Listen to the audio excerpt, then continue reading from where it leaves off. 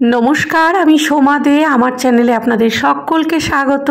आमी आजके आपनादेर सामने बिये बाड़िर स्वादे नवरत्न कोरमा बानिये देखाच्छि।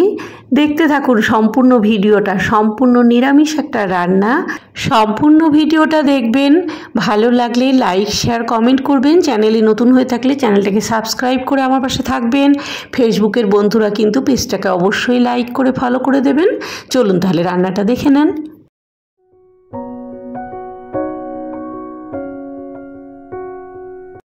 नवरत्न कोरमा बानानोर जोन्नो आमी प्रथमे आमंड काजू और किशमिश जले भिजिए 1 घंटार जोन्नो रेखे दिচ্ছি।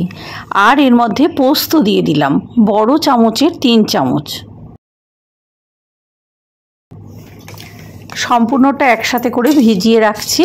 1 घंटार जोन्नो भिजिए रेखे दिচ্ছি। এটা एखाने पनीर निয়েছি प्राय 500 ग्राम मतन। 500 ग्राम पनीर के एकदम ट्रायंगल शेप करे এই রকম ভাবে কেটে রেখেছি। আপনারা আপনাদের পছন্দ মতো শেপ দিতেই পারেন। এখানে ফুলকপি গাজর আর বিনস নিয়েছি, নিয়ে এই রকম সাইজ করে কেটে নিয়েছি। সবই মোটামুটি একটু চৌকো চৌকো সাইজ করেছি। আর বিনসগুলোকে একটু লম্বা লম্বা করে কেটে নিয়েছি। আলু কেটে নিয়েছি এইভাবে, ক্যাপসিকাম কেটে নিয়েছি। আমি সম্পূর্ণ নিরামিষ করে কোরমাটা করেছি বলে পেঁয়াজ দিইনি। আপনারা যদি মনে করেন ক্যাপসিকামের মতনই বড় বড় সাইজ করে পেঁয়াজ দিতে পারেন, একটু রসুন কুচিও দিতে পারেন। এখানে বেবি কর্ন নিয়েছি। বেবি কর্নগুলোকে কোনোটা 2 টুকরো কোনোটা 3 টুকরো করে কেটে নিয়েছি। যে কোনো মলে বা বড় সবজির দোকানেই বেবি কর্নগুলো আপনারা পেয়ে যাবেন। বেবি কর্ন না পেলে আপনারা সুইট কর্ন দিতে পারেন। এখানে টমেটো নিয়েছি, সব একই রকম প্রায় চৌকো চৌকো করে টুকরো করে নিয়েছি। এবার একটা বড় পাত্রের মধ্যে ওভেনে জল বসিয়ে তার মধ্যে সবটা দিয়ে সেদ্ধ করে নিচ্ছি।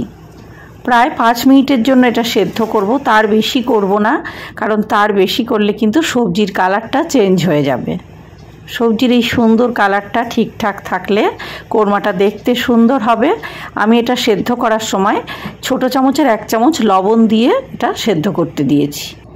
এখানে কাজু কিশমিশ আমন্ড আর পোস্তটা জল থেকে ঝরিয়ে নিয়েছি। এবার মিক্সির সাহায্যে এটাকে একটু জল দিয়ে পেস্ট করে নিলাম।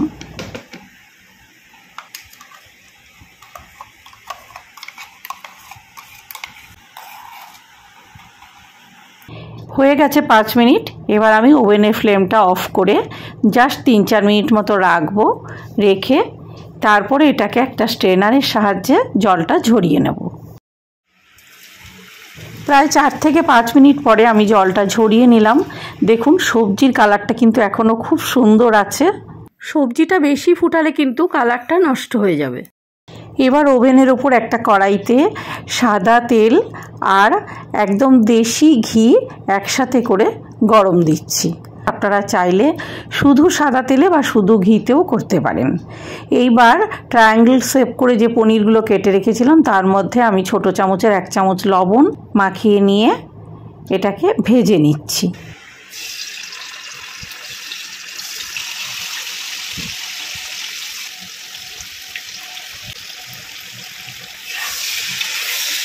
হালকা করে ভাজা হবে পনিরগুলো, খুব একেবারে ডিপ ফ্রাই হবে না।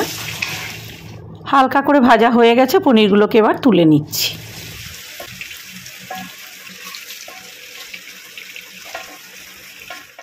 বাদবাকিগুলো একইভাবে ভেজে নেব। পনির ভাজা তেলের মধ্যে কাজু আর কিশমিশটা ভেজে নিচ্ছি।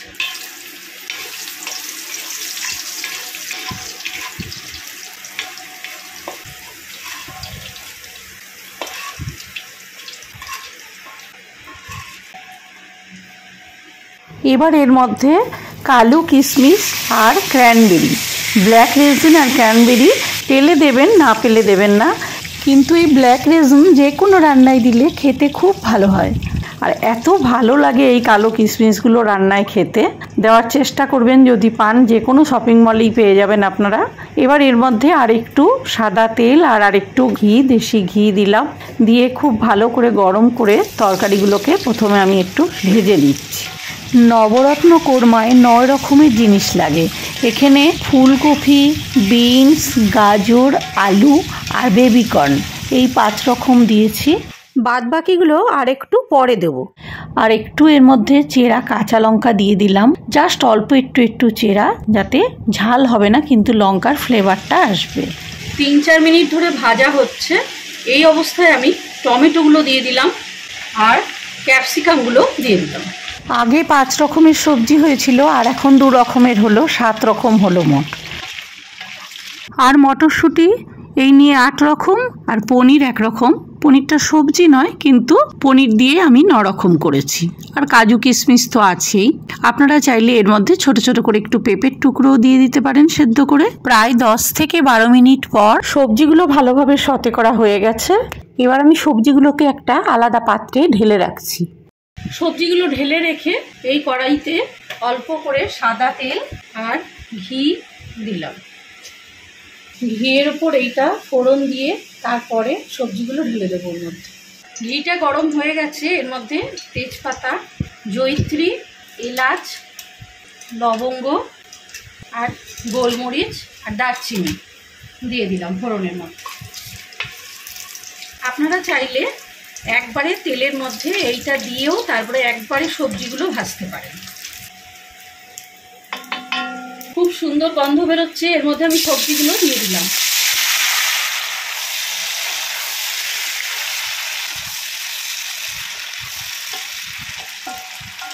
এবার এই বাটনাটা দিয়ে দিচ্ছি। কাজু, কাঠবাদাম, কিশমিশ আর পোস্ত একসাথে বেটে রেখেছিলাম, সেটা দিয়ে দিলাম।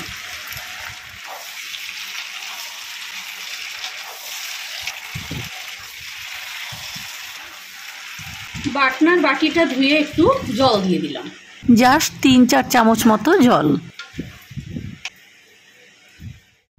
লবণ দিলাম ছোট চামচের 2 চামচ, আর চিনি দিলাম বড় চামচের 2 চামচ। সবজিটা সেদ্ধর সময় একটু লবণ দেওয়া আছে, সেই জন্য লবণটা বুঝে দিতে হবে। আর এই নবরত্ন কোরমাটা একটু মিষ্টির ওপর হয়, সেই জন্য মিষ্টিটা একটু বেশিই লাগে। এবার এই পনির, কাজু, কিশমিশ সব যা ভাজা ছিল এগুলো দিয়ে দিচ্ছি।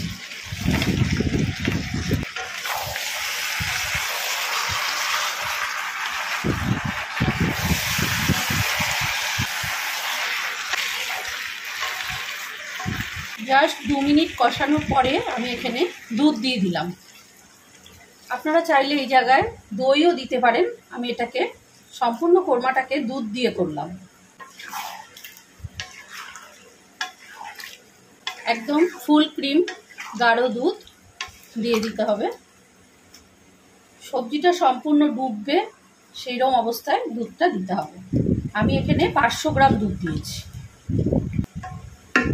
কোরমার গ্রেভিটা ফুটে উঠেছে, এই সময় আমি এর মধ্যে একটু কসুরি মেথি হাতের সাহায্যে ক্র্যাশ করে দিয়ে দিলাম। এই তেজপাতাগুলো এই অবস্থায় তুলে ফেলে দিচ্ছি।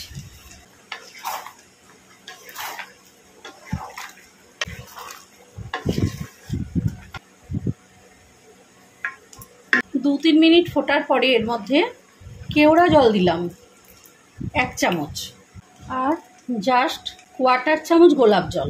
এটা অপশনাল, দিতেও পারেন নাও দিতে পারেন।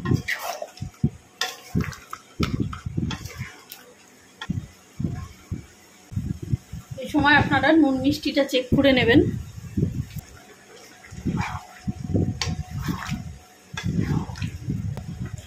প্রায় 7-8 মিনিট ধরে ফোটার পরে রান্নাটা হয়ে গেছে, একদম রেডি। ওভেনটা অফ করে দিলাম। আপনারা যদি চান নাবানোর আগে একটু ঘি ছড়িয়ে দিয়ে নাবাতে পারেন। দেখেছেন রান্নাটা কত সুন্দর হয়েছে, আর খেতে কিন্তু তার থেকেও অসম্ভব সুন্দর। অবশ্যই সম্পূর্ণ নিরামিষভাবে এইভাবে কোরমা বানাবেন, আর দেখবেন নবরত্ন কোরমার টেস্টটা, যে টেস্টটা আপনারা ভুলে গিয়েছিলেন এতদিন, এখন আর বিয়েবাড়িতে হয় না এই নবরত্ন কোরমাটা। আগে প্রায় বিয়েবাড়িতেই হতো এই নবরত্ন কোরমাটা। তাহলে অবশ্যই এইভাবে বাড়িতে বানিয়ে নেবেন আর খেয়ে দেখবেন, অসাধারণ লাগে। ভাত, রুটি, ফ্রায়েড রাইস, পোলাও সব কিছুর সাথে ভালো লাগে। আর এই সবজিটা যত টাইম যাবে তত খেতে সুন্দর হবে। এখন এই যে গ্রেভিটা একটু পাতলা লাগছে, এটা একদম একটু পরেই গাঢ় হয়ে যাবে, কারণ কাজু দেওয়া রয়েছে এর ভেতরে, আমন্ড দেওয়া রয়েছে, এটা এমনিতেই গাঢ় হয়ে যাবে। খুবই টেস্টফুল, দারুণ একটা রান্না, বাড়িতে অবশ্যই করবেন। তাহলে কেমন হলো আপনাদের রান্নাটা আমাকে কমেন্ট করে জানাবেন। সবাই খুব ভালো থাকবেন। নমস্কার।